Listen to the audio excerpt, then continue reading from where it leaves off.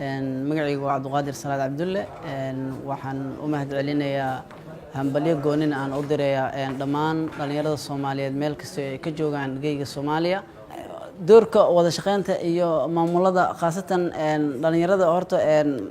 maamulka horta waxay ku wada shaqeyn karaan horta inay isku xiran yihiin dhalinyarada deegaankooda waa inay ku xirnaadaan horta maamulka shaqeeya ha ahaato laanta ha ahaato degmada ha ahaato xagga booliiska ha ahaato inay dhalinyarada naftooda ay dareemaan waxyaabaha khatarta ku ah dadka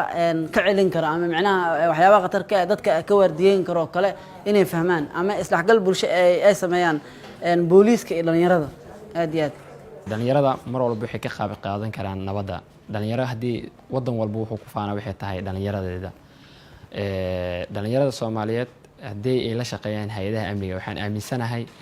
isku dhaxyaaca wadanka ka jira iyo amni darada wadanka jira inay aad u xasilooni u helayaan